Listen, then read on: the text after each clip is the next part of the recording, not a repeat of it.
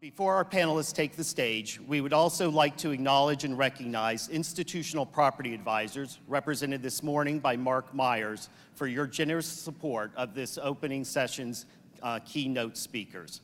Thank you for your commitment to NIC.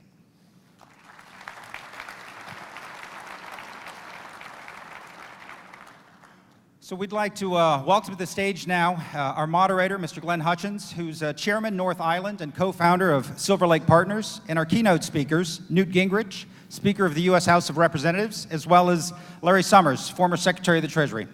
Why don't you go first so you're on my right? You come here in a minute. All right, you sit over here.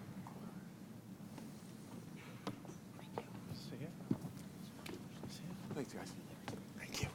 Thank you. Thank you. My pleasure. Thank you. Good morning.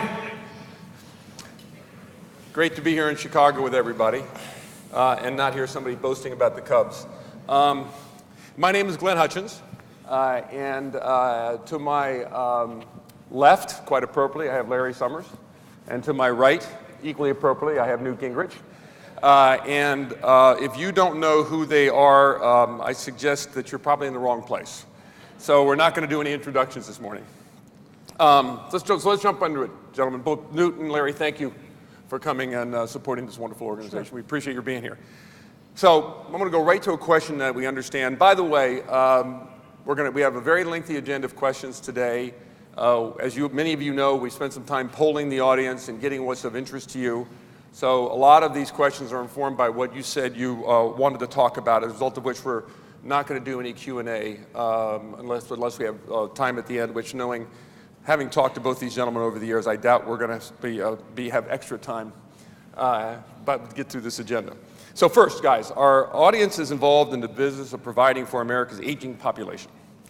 Their key concerns are the availability of capital, the capacity of their residents to afford the care, and the availability of labor to provide the care. So let's start first with the key policy question they have is, are we headed to a two-tier system with a group that can afford to pay for their long-term care, and another group which has historically been characterized as middle class? Firemen, policemen, teachers, et cetera, but ones that don't have public pensions, that have to spend down into poverty to qualify for government support. Is this an accurate view, or is there an alternative explanation for the world that we're facing in the future? Newt, do you want to start? Well, I'm not quite sure I'd have broken it up that way. I mean, first of all, we've always had people who are subsidized and who are operating off of government funding, whether it's Medicaid or Medicare or what have you. So to some extent, the idea of a two-tier system is nothing new. What you're really suggesting is that there may be a three-tier system. There may be a system for people who have enough money that they can invest and have a very, very nice long-term retirement. There will be people who are still dependent on the government and who have no real assets of any kind. And there'll be people in the middle, and they're frankly one of the hidden problems that we don't spend enough time on is the collapse of public pensions. I mean, we have state after state in which their pension fund is solvent only if they can make out-year returns on investments which are wildly improbable. So you're likely to see an ongoing public pension crisis, and I think in that sense, for people who became middle class by working for government, they're likely to face a tougher retirement period than they expected because the states will find they just don't have the money. Right. You just saw that happen with CalPERS, which I think reduced pensions dramatically for two small communities. And I mean, literally a huge percentage cut in the existing pensions, which is almost impossible for people to cope with. So I think that you have to look at. If I were looking at your business, again, this is as an outsider, I would assume that there's a very profitable and very sustainable business for probably 30 to 40% of the country who will have more than enough assets and who will think far enough down the road that they will be prepared to set money aside, or their children will be prepared to set money aside. We just had dinner Friday night with a couple who have taken the mother of one of them and have put them in a very, very fine facility which they're paying for. I mean, she doesn't have the money, so they just decided they'd pay for it. So you have to think of it as a 2 or 3 generation investment for that group. That's probably 30 or 40% of the country. I think there'll be another 20 or 30% that are right at the margin and where they have to decide whether they're going to slide into purely government or they're going to find some way to finance being capable of paying at least part of their own retirement costs. And then you're going to continue to have a very large population of people who absolutely require government in order to have long-term care. So on a personal level, your advice would be better planning for individuals and families as they get to their retirement, because the government, particularly the state and local pensions that people are relying upon, might not be as reliable as we might want it to be. Or hope right. I mean, I think it's a matter of long-term public policy, finding ways to get back to maximizing retirement savings, to maximizing pension plans, to maximizing an understanding that you want. The great challenge we have is a good thing. People don't die. So the average person died at 46 years of age in 1900. They will, by the end of this century, live to be more than twice that long. No society in history, Japan is the pioneer at this, but no society in history has tried to cope with populations who live beyond 100. And if you watch the Japanese, you're going to see more and more robotics, more and more autonomous systems, more and more ways of substituting technology for labor, partially because they're so resistant to allowing foreigners to come in and provide workforce, and partially because the sheer scale of the number of people in Japan who are over 80 is going to continue to accelerate. And then they are very desperate for ways of helping them survive at minimal cost because the sheer volume is going to be so large. Larry. Let me just first say thank you to all of you. As someone with an aging parent, as someone who is aging myself, I am hugely aware of the importance of the work you do in making our society a better one. Those of you who operate facilities, those of you who provide capital for the facilities, are doing work that is making America a happier, more just, and more caring place. And I think it's very unfortunate that when your industry finds its way into the press, it tends to be because somebody did something wrong.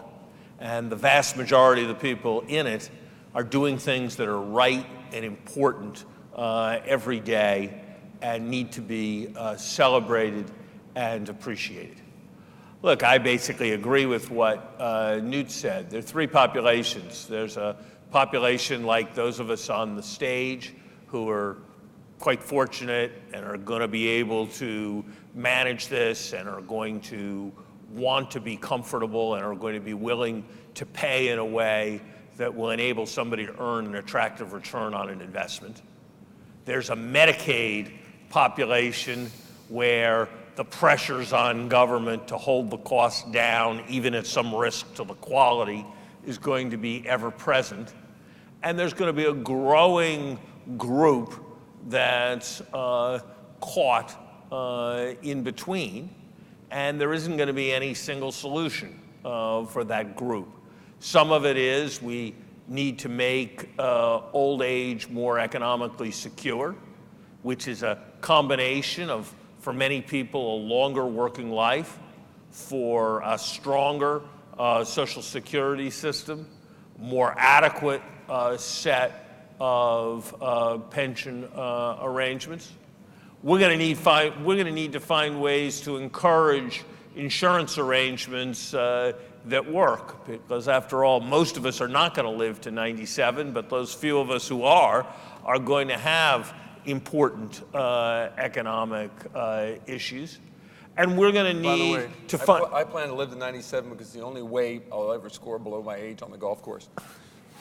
And we're going to need also to find ways to enable these services to be performed as efficiently and as effectively as possible. I think it's a very big issue going forward, and it's not one that I feel our country has in hand right now. Got it.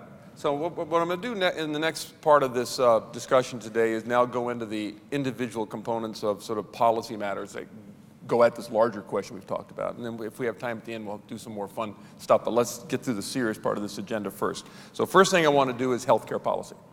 And I'm going to give the first question to Larry.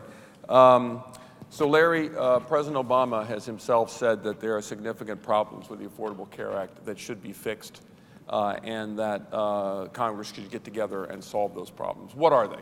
What are the problems of the Affordable Care Act, and how can we address it? Before I go there, I want to go to the other place. Okay. Newt said in 1993 that just like everybody ought to have automobile insurance, everybody ought to have health insurance, and it ought to be mandated, and everybody ought to have the chance to get support to buy it if they're not going to be able to afford it. Professor Summers has done his homework. Newt was right. Newt was right when he said that. And here's the basic truth. If you want to have universal health care, the most conservative, with the market, with the current system, way of doing that, much more conservative than some British-style system that's like VA for everybody, much more conservative than some Canadian or French-style system that's like Medicare for all, is to have a mandate that you've got to have health insurance, make a bunch of rules that make it affordable for everybody, make a bunch of rules that say that employers can't just dump their insurance and let people do it. And that's the broad type of system that Obamacare is. So the debate about Obamacare can't be a debate about taking it to the right unless it's a debate about whether universal care is a bad idea. If you want to have universal care, that's why Newt was for it in 1993. It is the conservative way to do it. Are there tweaks that would improve it? Of course. Do we subsidize certain categories enough? No. Does Medicaid run in an efficient way with sensible reimbursement policies? No. Should more be done to do things like enabling inexpensive hospice reimbursement rather than expensive intensive care unit reimbursement in Medicare? Yes. Should our malpractice system be what it is today? No. There are a set of changes that one should make. But the basic architecture of mandate plus subsidy plus protection of the employer system is the centrist route to universal care. That's why it was the Heritage Foundation that invented this plan. That's why it was a Republican governor that modeled this plan. And mark my words, if someone is capable of destroying it, and that happens sometime before too long, something will come back, and it will be much more dirigiste, much more government, much more with a socialist character than Obamacare was. So yes, change a variety of the noxious features to make the exchanges work, do things to control costs and improve reimbursement, do something about malpractice, but this is the right broad space. It's the only space where there has been important conservative support and important progressive support. So Newt, CBO scored the BICRA, I guess it's called, the first health care plan that the Republican Congress proposed at eliminating health care for tens of millions of Americans. The partial score for the most recent plan was also in the tens of millions. What are the Republicans trying to accomplish that has that outcome? And what's the good thing that outcome gets you in order to take that health care away from so many people? And how would it impact the ability of the people in this audience to get reimbursed for the care they provide? Well, okay, those are two radically different things. Let me start with where Larry was. Part of the reason, John Maynard Keynes was asked one time why he changed his opinion, and he said, well, the facts changed, and my opinion followed the facts. When we began looking at a universal mandate, it becomes so coercive and so dramatically extends government power that from our standpoint as conservatives, it's not sustainable. So even with the tax penalties, there were millions of younger Americans who refused to buy insurance, period. And part of what CBO, the Congressional Budget Office, was scoring was their estimate of the number of people who would turn down insurance. So you have to start and say, all right, is that a good or bad thing? You may say, well, it's unwise for a 22-year-old to decide that they value buying a Harley more than buying insurance. What's the level of penalty you want to set? Because the tax penalties the Obama system set up weren't big enough. And people said, I'd rather pay the tax penalty. And I think there were 8 or 9 million people who are paying a tax penalty. So this is a core problem. The second problem, which Governor Perry of Texas identified, and I thought was very effective in communicating, is the question is, do you want universal health care or do you want universal health insurance? You can design a system in which everybody's guaranteed access to care. There are 8,000 federal community health centers, for example, that are never calculated into this. So there are a lot of ways you could organize 100% access to care at probably dramatically lower cost than trying to organize 100% access to insurance. And the struggle, I think Larry's put his finger on it, I mean, the struggle in the next 5 or 10 years is going to be pretty straightforward. And then I do want to take 1 extra minute to talk about one of the elephants in the room that will be of particular interest to this group. But the challenge will be 2 simple polarities. It'll be Sanders' effort to cheerfully carry America to socialism at a time when the left wing of the Democratic Party feels absolutely compelled to be wherever Sanders is. So you're going to see a very dramatic increase in the argument for socialized medicine. And it will be an effort to try to figure out, okay, if straight out repeal didn't work, what are the various things that can be done, starting with Dr. Price at Health and Human Services, and then going back to specific, smaller bipartisan legislation of the kind that Patty Murray and Lamar Alexander are trying to write, that gradually decentralizes the system, that says, look, you can't run 315 million people from a couple of CMS buildings in Baltimore. You simply have to get decisions away. One of the things people will discover if they start holding hearings on all this stuff is that one of the great effects of Obamacare was to radically centralize power in hospitals. I mean, if you look at where the real pricing mechanisms are today, they're in big, gigantic hospitals, which are often the largest employer in the community and which have the largest amount of political muscle in the community. And so every time you want to go out and say, let's have a more rational system, let's have more competition, let's have more price transparency, the first place you run into is the hospital and the board of trustees of the hospital, who are all powerful. And the hospitals in many ways, and I get amused when I see these letters that come in that basically say, we love the taxpayer shipping us money, please make sure the taxpayer keeps shipping us money, including, by the way, governors who will get up with a straight face and say, medical coverage from my state is so important, the federal government needs to ship me a bigger check. But if you say to them, is medical coverage important enough for your state for you to raise taxes? They'll suddenly recoil and say, well, that would be totally inappropriate. So let's just be clear. A lot of this is to go back to the Watergate line, a lot of this is follow the money. And a lot of the lobbying and negotiating going on is basically about money. It's not about philosophy and it's not about morality. It's about who gets the money, how much can they get, who doesn't want to give them the money, and how much do they not want to give them. So, Can I just say 2 things? One, as is already becoming clear, and I think will become clear over the course of the rest of this hour, Newt and I do not agree on all the issues.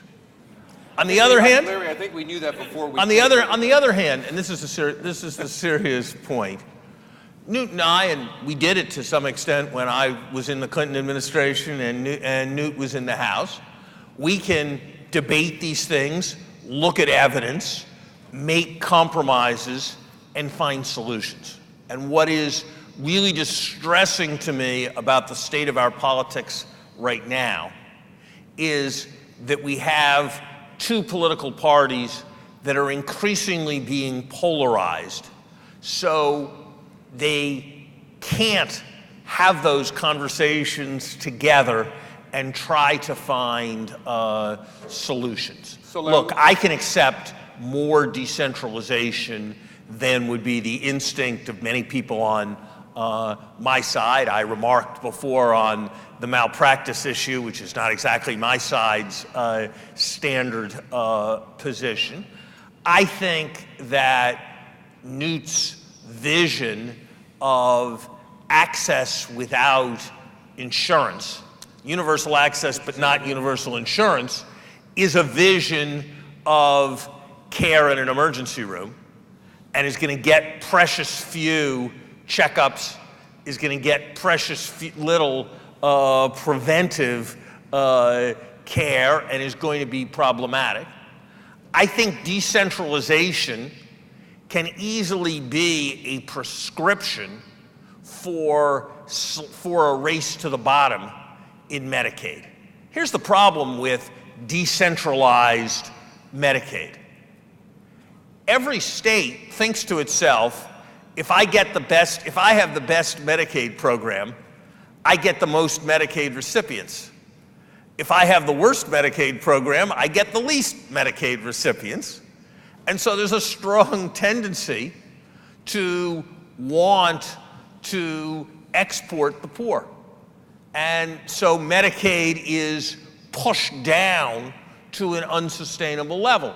And that's why some crucial federal finance and matching and incentives for state spending in Medicaid, I think, is crucial. But look, these are matters on which one could find compromise. And the real problem with our debate is a bunch of people yelling repeal and replace without saying much of anything else, and then another bunch of people saying Medicare for all without saying how it's going to be paid for. That does not point us towards constructive solution.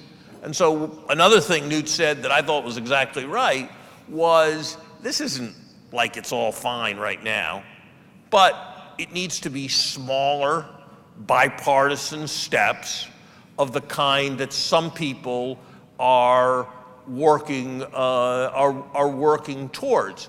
But when we've got people trying to reconfigure 18% of the economy in a radical way, who can't wait for an analysis to be done to call for a vote, that's not going to be a very good way of doing it. And so we agree on the kind of process that we need to find solutions. So Newt, take that next step, because the question I wanted to ask you, Larry began in, what is the elements for compromise that can be compromised around constructively, and how do we get there? Republicans complain that Obamacare was done without a Republican vote. Democrats complain that repeal and replace was going to be done without a Democratic vote. How can we put something on the table that we can get bipartisan, constructive compromise around? I think the great challenge for Republicans is to give up the phrase repeal Obamacare in terms of each individual bill, because if the bill's entitled repeal Obamacare, no Democrat can ever be for it. I mean, it's not possible. Right. And so you've got to instead say, what if our goal is a 21st century system of more personal choice with more decentralization that works better? And in a sense, picking up Schumer's language, the Democratic leader in the Senate, who has said openly, look, there are big weaknesses in Obamacare. Well, I mean, a clever Republican strategy would say, terrific, name three. I mean, are there three things we could work on together that you agree aren't working? So name three. I'm not Schumer. Not sure. I mean, I think, Larry, can you name three?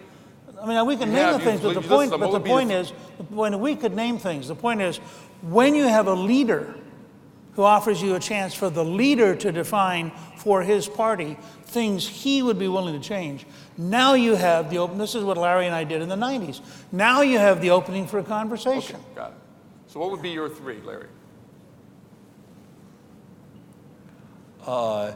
making the mandate work so that people don't pull, so that people don't just, the healthy people don't just pull out of it and bloat the premiums for everyone else. Doing something about the malpractice, which does escalate costs unnecessarily, and finding ways to have more decentralized cost control that experiments with coalitions of payers in major areas, because Newt is right to be focused on the problem of the excessive market power of big hospital systems. So what would be your three? Well, I mean, I haven't thought of it in precise. Look, again, my three would be conservative, okay? And the goal here is to start with what could Schumer describe as legitimate.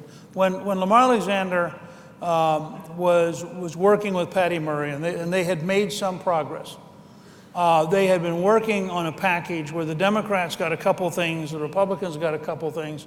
It began to move towards each side being able to claim some victory. Right. We went through this with the Children's Health Act because as part of getting to a balanced budget, which was a huge change and which required Clinton to take enormous heat from his own party, he wanted to be able to expand coverage for children. And we said, all right, I mean, if we can get what ultimately ended up being 4 straight years of a balanced budget, we're happy. The political price we'll pay is to give you a federal position with children, and then you're going to give us a whole series of reforms, the net effect of which is to balance the federal budget. I think what we're trying to model here is not the specific solution, but a process by which each side has to come to a table. So you think it's as much about process, if not more, than substance? It's process, but process in a very profound sense of understanding the limitations. Right. We always had an understanding, for example, both when Foley was the Democratic Speaker and then when I became the Republican Speaker, you could never ask the Speaker to bring a bill to the floor that did not have a majority of his own party. Now, you didn't have to have the majority of the House in your own party, but you at least had to have a majority of your own party, because by definition, as Speaker, you can't walk in and try to pass something a majority of your party opposes, or they'll get a new speaker. Well, that allowed the president to understand here are the boundaries. At the same time, there were certain things. I remember in one particular session when Leon Panetta, I think, was director of the budget, he jumped up yelling at the president and me and saying, you cannot do this particular thing. This was central to who we were. We lost control of the House by passing this. You know, and Clinton looked at me and turned to me and said, I think I can't do that.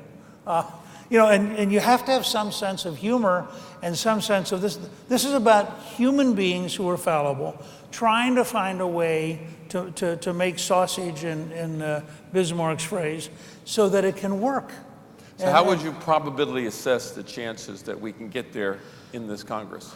In this Congress? Get the process going. In Maybe this not Congress, have the outcome. Not this year, but in this Congress? In this Congress, well, yeah. Better than 50-50. Better than 50-50. Yeah, I mean, Larry?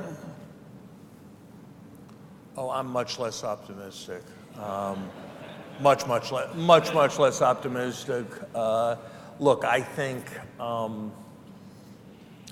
we have a president who, for whatever reason, consistently chooses a path of polarization.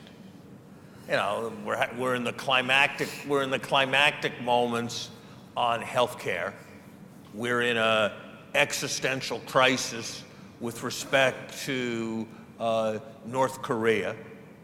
The country is profoundly divided, and he's tweeting about what NFL players are doing during the Star-Spangled Banner. And that kind of pattern, repeated again and again, that takes us off the subject that isn't as exciting to read about on the front page of the paper, but is actually crucial for the country, I think makes it less likely that we will have the kind of rational process and mutual give and take that is essential if you're going to have the kind of element of bipartisanship that we need. Look, I don't think we're off to a good start myself. on tax reform. There's plenty that needs fixing in the tax code. 1986 was a very attractive model. And it's appropriate, and certainly it's what either of the presidents I worked for, President Clinton and President Obama, would have done, that first you consult with your team before you consult with your other team. But we've now had 6 months of the big six working on tax reform, and of the 6, it would be entirely unreasonable for 3 of them to be Democrats, given that Republicans won the presidency and Republicans won the House and Republicans won the Senate. But it's also entirely unreasonable for 0 of them to be Democrats. And that's calculated almost to produce solutions that involve substantial cleavage. There's scope to do an agreement that wouldn't be the agreement that I would prefer, that wouldn't be the agreement that Newt would prefer, that'd be closer to the agreement that Newt would prefer, given the political constellation. There's scope to do that agreement. But, you know, every person who's looked at the arithmetic will say you can cut the corporate rate a fair amount, but you can't cut it to 15%. When the President of the United States every day gives air and enthusiasm to the most radical elements of his party who want to cut the rate to 15%, it becomes much, much harder to find a compromise. So I have to say I'm not very optimistic about the prospects for substantial bipartisanship because of the stridency and erratic character of the messaging that's coming from the president. Okay, so let's switch to a tax reform. Today is, I gather, we're going to see the blueprint from the Big Six. Newt, can you get you to address 2 things? Give us your sense of what is going to be in that blueprint, if you have it, your sense of what should be in that blueprint that might not be, and why was it designed by 6 Republicans with no Democrats involved? Well, Larry may not remember this, but there's a long tradition. In 1993, for example, Clinton passed a tax increase with 0 Republican votes. But that was after a lot of effort to get Republican votes. Is only the end. And you couldn't because they wanted to raise. Look, yeah. there are legitimate differences at the core of the 2 parties. And if a party walks in and says, this is what we stand for, you can understand why, you know, for example, we stand very dramatically for school choice. Very hard for a Democrat to vote for school choice because of the power of the teachers' unions. So, I mean, I think these are core differences. And I think the decision, I do think the infrastructure bill will ultimately be very, very bipartisan. I saw Nancy Pelosi the other day on television in a very positive, cheerful, I think we can work on this together kind of thing. You'll notice the speed with which the Congress came together on Houston and did things. I mean, there are a lot of secondary things that are going on that are bipartisan. There are 2 or 3 big things that probably aren't. On taxes, the president's not going to get 15%. The odds are pretty decent. By 15%, you mean the corporate tax? I'm sorry, I didn't mean to speak in shorthand. Yeah. The president's probably not going to get the corporate rate down to 15, although rhetorically it's a good battle cry.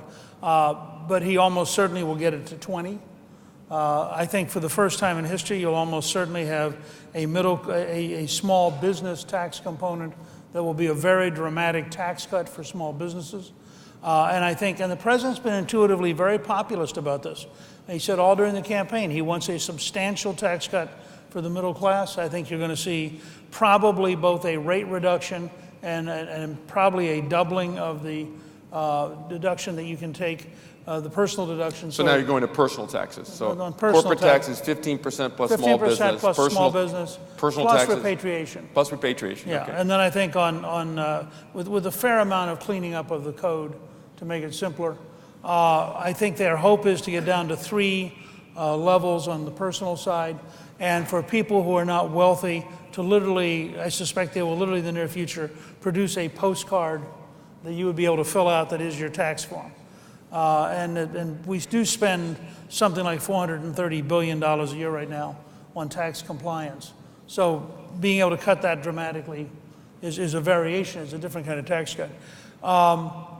There'll be some very, very flashpoints.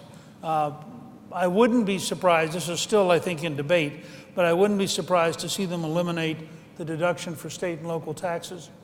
Interesting. But then lower the rate so much that if you're a middle-class person, you don't care. I mean, you're paying such a low rate, you're not going to go, oh my gosh, you're taking away my 12% or 15% deduction. On the other hand, if you're very, very wealthy and you live in New York City, you're probably going to move to Florida. So this could be seen as the covert Floridian Immigration Act. Our covert anti-New York. Well, not just anti-New York, but it's anti-blue state. Almost consistently, the blue states have the highest taxes right. and need the deduction the most. And as you might imagine, at a partisan level, have the least sympathy on our side of the aisle. But they do have a fair number of votes in the Congress. So whether or not I'm not convinced they can get that through. Right. But there's a very deep desire to have a deeper rate reduction and to pay for it by eliminating the state and local tax. So after failing to reform the Affordable Care Act, right, and now turning to tax reform, and Larry characterized perhaps unfairly the Affordable Care Act as more about politics than about the substance of it, repeal and replace without any substance underneath it. Is the politics going to be more important than the substance of getting tax reform done? Or do they really want to get tax reform done? And if so, what does that mean about the process? They have to get tax reform done by Thanksgiving. Okay. Because they have to have an effect on the first quarter of next year. But that means they need some Democratic votes, doesn't it? No, because they can do it through reconciliation. They can do it through reconciliation. And so they will do major tax reform through reconciliation. And almost certainly. With no Democratic votes. Almost, because Gotcha. the challenge they've got is, could they get 2 Democrats or 3 Democrats? Yes. Could they get 8 Democrats, which is what you'd need to pass? Right. No hope. So what's happened to the argument that for major legislative changes we need to have more bipartisan buy-in? Is that just thrown out with the bathwater? It doesn't currently work.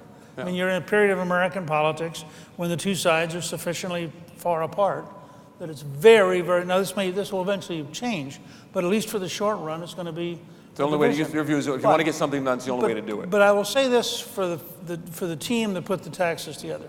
I think they learned a lot from the first 9 months. Yeah. And if you'll notice, you have a joint House, Senate, White House proposal. You're going to have a joint House, Senate, White House set of papers. You're going to have a bill that starts in the Ways and Means Committee, but all the language is already in the Senate, and all the language has already been vetted by the Office of Management and Budget and Treasury. So I think they're much more, they get it now. They didn't realize in January how easy it is under our Constitution to screw things up and get nothing done. And I think they have a dramatically higher awareness now that legislation is an art form that's really hard. So one last question on taxes for you before I go to Larry.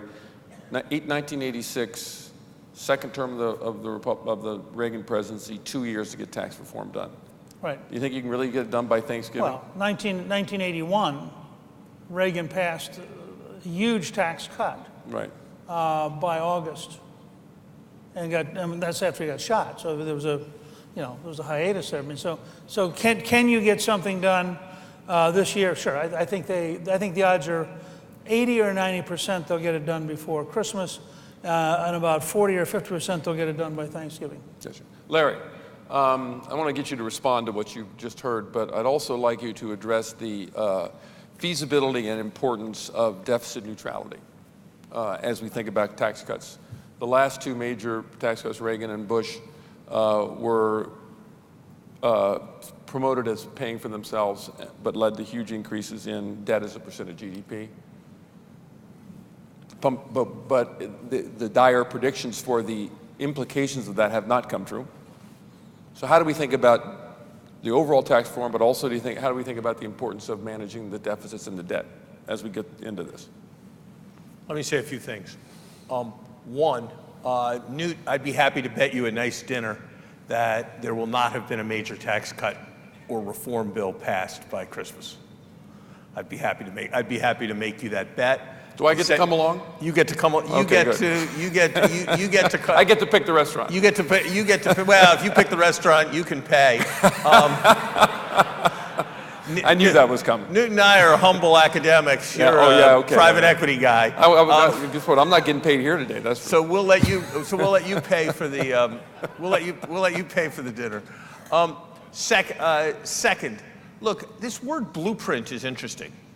Architects understand that there's such a thing as a sketch and there's such a thing as a blueprint. And a blueprint is something that's laid out in detail. So that means when you're talking about tax legislation, you list all the provisions and you list the revenue consequences of all the provisions, and then you debate it and then you modify it. We're not going to see anything like that today.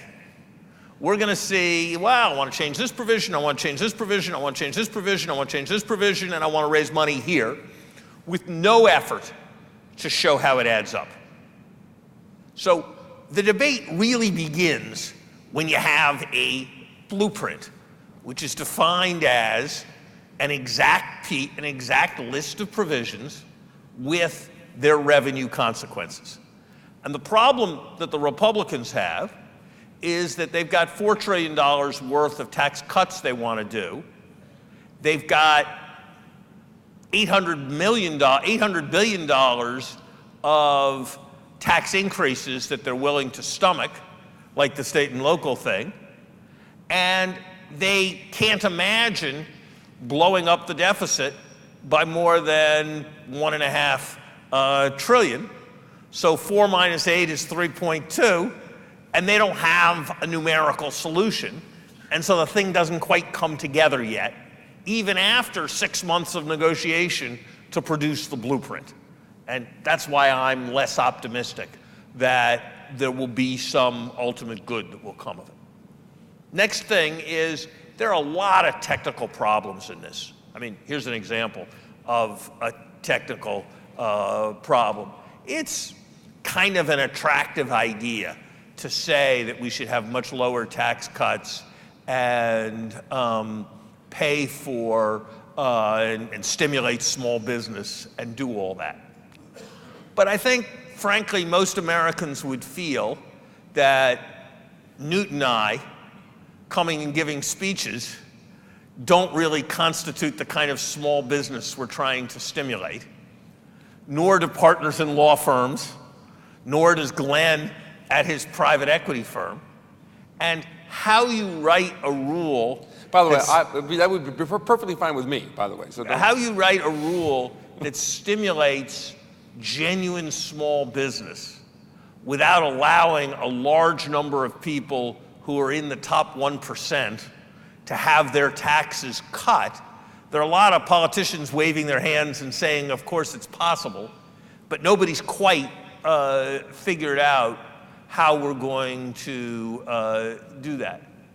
I am ultimately skeptical that a tax bill that on net cuts taxes hugely for corporations and on net raises the total taxes paid by people is going to be a bill that's ultimately going to command enough political support to pass. So I'd put the odds at about 1 in 10 that a bill will have passed by Thanksgiving, and at about 1 in 3 that a bill will have passed by Christmas. And that means that we are going to leave unaddressed what isn't probably a major issue directly and personally for the entrepreneurs in this room, but is a huge issue for the country. And that is the issue of repatriation of corporate cash. And so maybe I could spend 1 minute on that issue by using... Let me jump in as you get into this. I want to direct you to more part of this conversation because that's where I was going next. So I want to get into what I'm thinking now. It seems like the fantasy sports equivalent of this segment of our conversation, which is where's the path to constructive compromise? And so I assume repatriation of cash is one of those, but lay out your 2 or 3 things we could agree upon and then think about yours for the next. I want you to think about an analogy, if you would, for just a minute. Imagine that you were running a library, and imagine that the library had a huge number of overdue books. You might decide to say, we're going to have an amnesty from the library fines, bring your books back. You might decide to say, damn it, you better bring your books back soon because there's never going to be an amnesty and the fines will just mount up. But only an idiot running the library would put a sign on the library door saying, no amnesty now, we're thinking about one in a few months. Now, suppose you're a country with corporations who have $2.5 trillion abroad, and for 6 years, you've said, well, if you bring it back right now, you're going to have to pay 35%, but we're having tax reform debates and we're going to resolve it soon, and then there'll be a much lower rate for bringing it back. It is hard to imagine a more effectively capital repellent policy than that one. And that's what we've done as a country. And so the overwhelming thing is we need to bring clarity to these rules. And this ought to be possible because it's about numbers. If it were up to me, I would say we're going to tax all the cash that's over there abroad somewhere between 15 and 20%. We're going to say that from now on, when you bring new cash home, you have to pay 15% on it.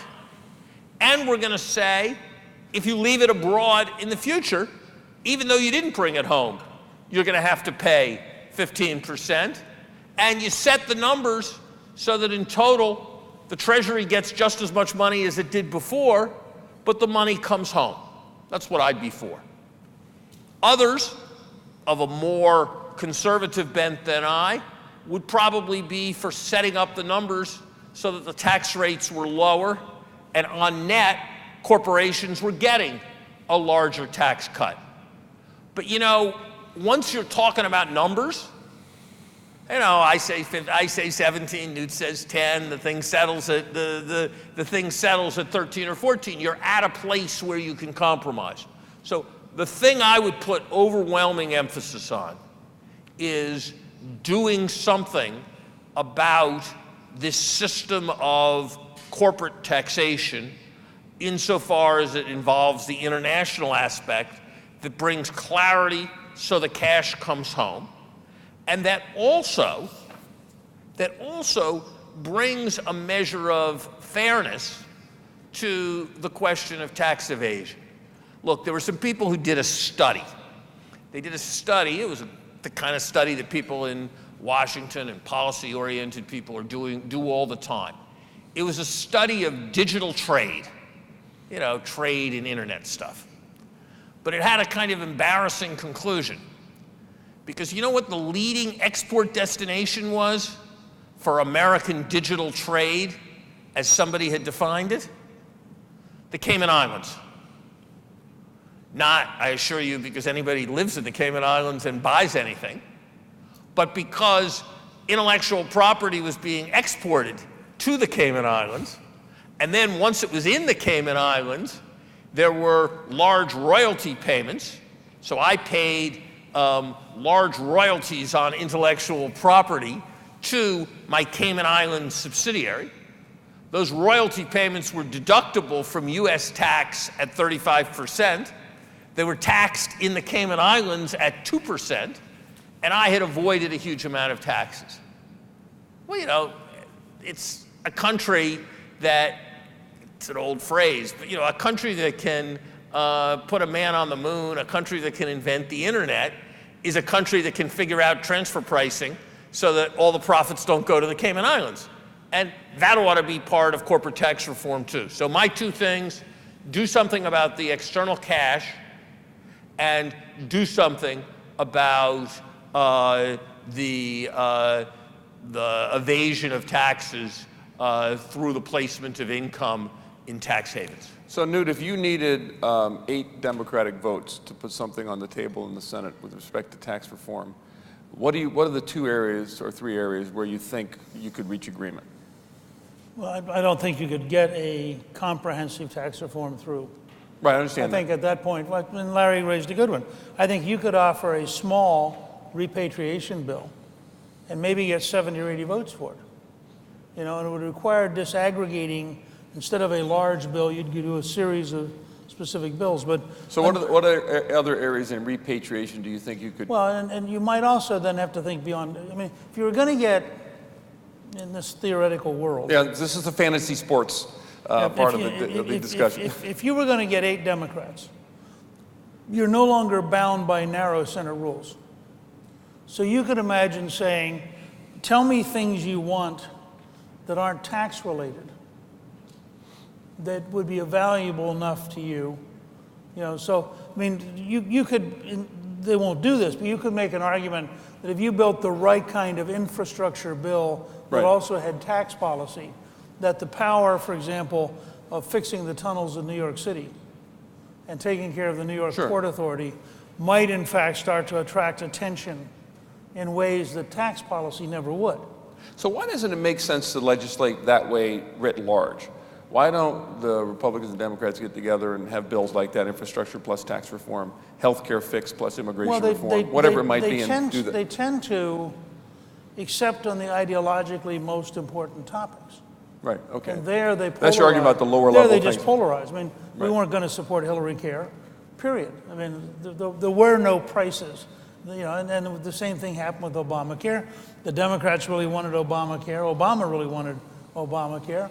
And if that many had to run over Republicans, that was fine. I mean, I think you have to look at, sometimes when people say that the city's dysfunctional, it's dysfunctional about the highest partisan values.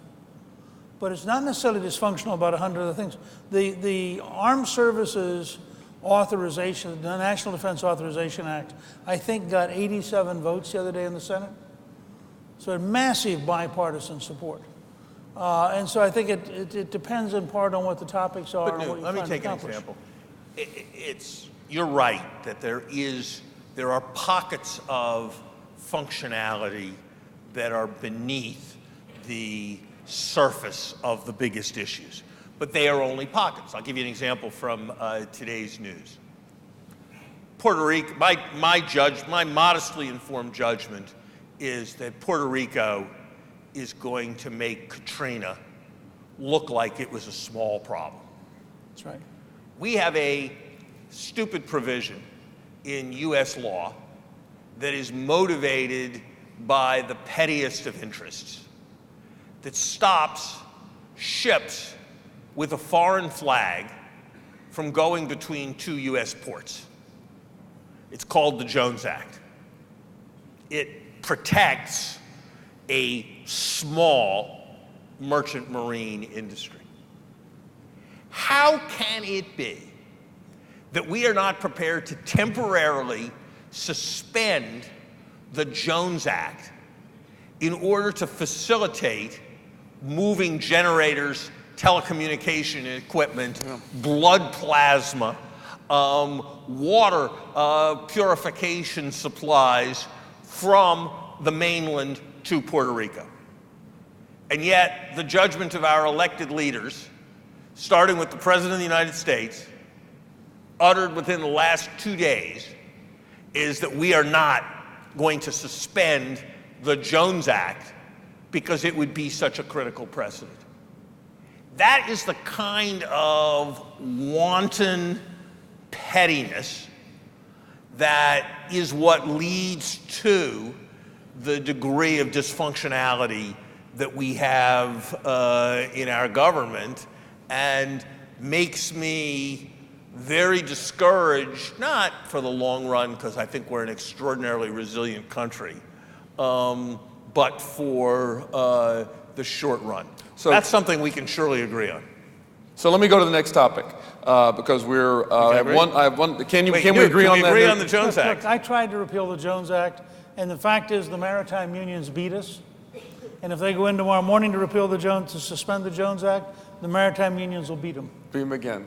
Interesting. So you think it's real political? It's not petty. It's a political calculation. These guys understand their entire survival's politics. They raise huge amounts of money out of their members, and people in Pittsburgh vote with the maritime union. It's just raw politics. It's raw politics. Gotcha. Okay. so I'm going to move on to an issue that's, I think, much easier to resolve, immigration. That's supposed to be a joke. It's an issue that's near and dear to the folks in this room who are facing a growing, and it's even described by your leadership as an alarming shortage of labor in the care industry. There's a current push to limit legal immigration to 45,000 per year. How can this caregiver shortage be resolved in the context of the immigration debate that we're talking about today? Is it addressable or not? Look, I think the 45,000 is refugees, not Okay. not total. Thank you. Not that right? total. I'm sorry. Not total there's immigration. about 450,000 immigrants. So let's reframe the question. But you want to talk about Yeah. immigration. Look, I think the right principle. I think there are two principles on immigration, and I think both sides sort of have to give. One is, I think it's in our country's interest at a moment when the adult population of native-born Americans is basically not going to grow at all over the next 35 years. It is in our interest to have immigrants, especially skilled immigrants, who can contribute to the economy, who can pay taxes to support the aging population, who can bring entrepreneurial spirit, and who can carry on what has been an extraordinary tradition of the United States welcoming people from abroad. And I think those who want to see immigration only through the prism of walls and fences are really very badly misguided. That's one part of it. There's a second part of it, which is, I think if you want to come to the United States as an immigrant, it should be because you want to be an American and you want to be part of the broad culture of America. That means pledging allegiance to the flag of the United States. That means speaking English. That means learning to speak English. That means, to use a word that it pains me greatly to say, the University of California at Berkeley announced to its faculty was an offensive word. That means continuing the tradition of America as a melting pot. And I think the way forward on this is to understand assimilation to be a central part of the immigration experience, and to understand that immigration is a valuable thing for the society. And I think too many on the conservative side define their nationalism and their patriotism by rejecting all immigration. And I think too many on the progressive side define their humanism and their globalism by not being willing to accept the idea that immigration comes with moving towards being an American. No. Well, I want to go back to the core, the beginning of your question, which is employability, and argue that, in fact, one, you've got at least 10 million males who have dropped out of the workforce, and we are a long way from absorbing 10 million males back into the workforce.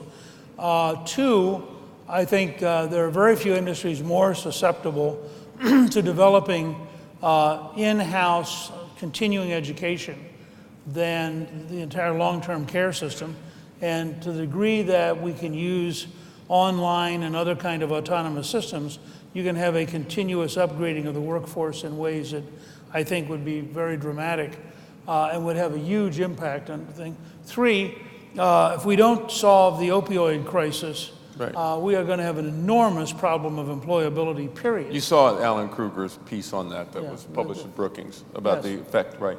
I mean, well, and even prior to opioids, in South Carolina, for example, there were counties where a discouragingly small percent could get through a drug test to even get employed. So when you start talking about bringing in new jobs, you're also going to have to bring in new people because you literally couldn't employ people. So there's a whole zone here. I'm frankly encouraged that Vice President Biden has taken up the issue of work, and the work is central to our sense of dignity. And if you were to replace our culture of dependency with a culture of work again, you'd be shocked how big the workforce would be. So I just start with the idea. I don't think bringing in immigrants is necessarily the primary solution to our labor problem. I think there are enormous things you can do here at home. In addition, but those are longer-term solutions, and these folks need employees this year and next. Well, okay. That's what they're sitting out here thinking. It's a good idea, but how do I fill my... Well, they're a lot more likely to take the three things I just mentioned and find employees than they are to wait for the U.S. Congress to figure out how to make legal large enough numbers of people. Good point. Now, I mean, you can go ahead and hire people who are here illegally, and that solves your immediate short-term problem. It creates others. But the waiting around for the U.S. Congress to send people to you with green cards, I would suggest is a relatively weak human personnel policy for most companies. Maybe I'm missing something here. Well but said. As a practical matter, that is not where I would go. Gotcha. All Good. right? That's the kind of... And I would also say, and I did a 3-year study with former Democratic Senator Bob Kerrey on long-term care. This was back 6 or 8 years ago. And my mother spent the last years of her life in a terrific long-term care facility in Harrisburg, Pennsylvania, and I've had a deep interest in this. I cannot overemphasize the importance of looking at the emergence of all sorts of online and other kinds of learning systems that enable you to take somebody who comes in as an entry-level worker and actually improve their income and their capabilities in a series of steps over a 10 or 15-year period in a way that's a fundamental change from the turnover models that dominate all too many of our systems. And when I talk to people in systems about what does it cost you to replace a worker, it would actually be dramatically less expensive to find ways to have a learning track that enabled people to rise in the system and to be continually learning in the system. And those kind of capabilities are coming down the road very rapidly right now, but they're outside of, I mean, most people don't think about how to use them yet, but they're going to dramatically expand your usable workforce. The other thing I'd say is this organization or some comparable organization, you should really be looking at both the Japanese use of autonomous systems and the experiments underway in the Veterans Administration, looking at ways to help people and to be able to automate. Remember, most of American life, we improve productivity by replacing human labor with a variety of systems that make us dramatically more productive. I think all of that's going to start coming into the field of helping people as they age, and it's going to have a huge impact over the next 10 to 20 years, and will change both the kind of labor you're looking for. It doesn't necessarily mean you have less labor, but it means that you have it doing very, very different things. Kind of things, right. And it increases the productivity in a way that has potential for dramatic profits. Gotcha. Okay, so switching to a couple of questions that the audience told us where they really wanted to talk about. The first one goes to the nature of American politics today, the Trump phenomenon, why Trump won the election, what we take from the the primary in Alabama that was held yesterday.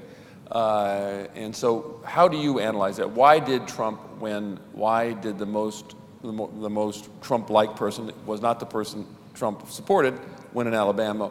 What does that say about our politics and our culture today? Well, I think two things. One, we are deeply polarized. And I think people should not underestimate how really deep this is. And the conservative side of that polarization is increasingly unhappy with Washington and sees the dysfunctionality of the Congress as a further proof of failure. That do not particularly take it out on Trump, and they take it out on McConnell and Ryan and the Republicans, but not on Trump. So and it's really a bifurcation. On our side of the American system, you have people who are very angry about Washington, who routinely talk about the swamp, who really believe there's a deep state, and who are willing to give Trump a fair amount of rope because they think he's at least trying. And I think it's very telling that the person who won in Alabama was, you could argue, to the more disruptive side of Trump. Right. Not moving back to, so it's not like the system's going back towards the norm, but the system, in fact, just doubled down on disruption. So that's part of it. The other thing, this again is my partisan view. I watched the rise of Trump, and I wrote a book called Understanding Trump that was really designed to try to put in place what I'd learned about him over the last few years. And he first talked to Callista and me, my wife Callista and me, about running in January of 2015. So I'd watched the whole phenomena involved. This is a guy who beat 16 other Republicans, pivoted, took on Hillary Clinton, the Democratic establishment, the national media, and a $1 billion campaign, and won. And if you go back, there's a great interview with Megyn Kelly 10 days out where she's going, he's 10 points down. And I'm saying, yeah, and that's an alternative universe that I think he's going to win. She's going, but he can't win. He's 10 points down. And finally, she looks at me and she goes, do you really think he's going to carry Pennsylvania? And the contempt in her voice, because the elites all knew the fix was in. This is part of why the left is so shaken, because at 8 o'clock on election night, Hillary Clinton was going to shatter the glass ceiling, and at 11 o'clock that night, they didn't have Jeb Bush, they didn't have John Kasich, they had Donald J. Trump, which is one of the most traumatic moments of social and political change in American history. Well, there are two parts to that. One is you have in Trump a phenomenon. I mean, the only person never to have held either elective or public office to win the presidency from a standing start and to do it in 15 months. So he's a phenomenon. On the other hand, you had one of the worst candidates ever nominated by a major party. So the mismatch of talent was unbelievable. And week by week, Hillary chewed herself up, and then Donald would help her a little bit, and then she would chew herself up, and then Donald would help her. And I'll just give you one last closing example that people didn't get. The elites did not understand Trump at all. He'd spent 13 years with a national television show. He'd done Miss Universe. He understood all this. He understood marketing at the retail level. At one point, he had the best-selling tie in the United States. So in the middle of all this, he figures out if he is on Twitter and on Facebook, and he had a very big Facebook operation, he had 9 or 10 million people on Facebook, he could send out a signal and say, 2 nights from tonight, I'm going to be in Birmingham, Alabama. Would you like to join me? And 20,000 plus people would show up. Now, here's what nobody on the other side understood. Every person who showed up carried a smartphone. Every one of them took pictures. The average person then had 200 contacts, either through email, Facebook, and other devices, other systems. They would then send out, I'm here with Donald. Now that's 4 million impressions per rally that are personal impression, not ads. Then the last week of the campaign, he's doing 5 a day. That's 20 million human impressions a day. She's doing one crowd of 1,300. Well, just in sheer human energy, remember, this is a very close election. He could easily have lost. I think he thought he was going to lose. This is a very close election. So what's the impact of his frenetic energy in an organized model like that versus her relative passivity? It's far more than the margin by which he won. I mean, that mismatch alone was bigger than the margin by which he finally won. Well done. Larry? Look, I was never elected to anything, so Newt has the right elements of the answer. People are really angry. They're disillusioned, they're uncomfortable, they're scared, they're looking for something very different. He had a gut, visceral connection that the Democrats lacked. We had statisticians doing computer models of voter targeting. He had gut instinct around Twitter, rallies, and Facebook. Those 3 things: gut instinct, Trump's analysis. People are very angry and disillusioned, and his tremendous energy are, I think, the things that explained it. That said, if 85,000 votes had been different, the outcome could have been different. She won the popular vote. There was a bunch of stuff that has a kind of random element involving Comey that if it had bounced differently, the election could have been different. But look, that's why I think what happened in Alabama is a big deal. You can say all kinds of things about Hillary as a candidate, about Comey. You can give a variety of special factors to explain the presidential election. But when you have a Brexit vote, when you have the neo-Nazis in the German parliament, when you have the best performance ever for the fascists in France, and when you have a guy who's been thrown off the Supreme Court of his state twice for breaking breaking the law, and who's saying a variety of things that are at least a long, long way from the mainstream in this room about many of our fellow citizens getting elected strongly and proudly in one of our states, there's something that's going on that's very real. And it would be a huge mistake. In my view, it would be a mistake for people on our side to suppose that the problem was that we were insufficiently enthusiastic about vast expansions of the federal government. I think that's unlikely to have been the real ultimate reason that we lost. Okay, so 5 minutes to go, lightning round. 2 quick questions, pithy answers. What's the most important public policy matter that you think the two of you agree on? Newt, you first. Well, I think the easiest one is we both would agree that you have to take extraordinary steps to stop Russia from interfering in the United States and frankly, in other countries. I mean, the Russian behaviors are totally unacceptable. Larry, something different. I think we probably could agree on the importance of rebuilding our country's infrastructure so that LaGuardia Airport and lots of other things were not national embarrassments, and putting the necessary resources in and also doing the necessary regulatory streamlining. I would say those are 2 things the 3 of us Yeah.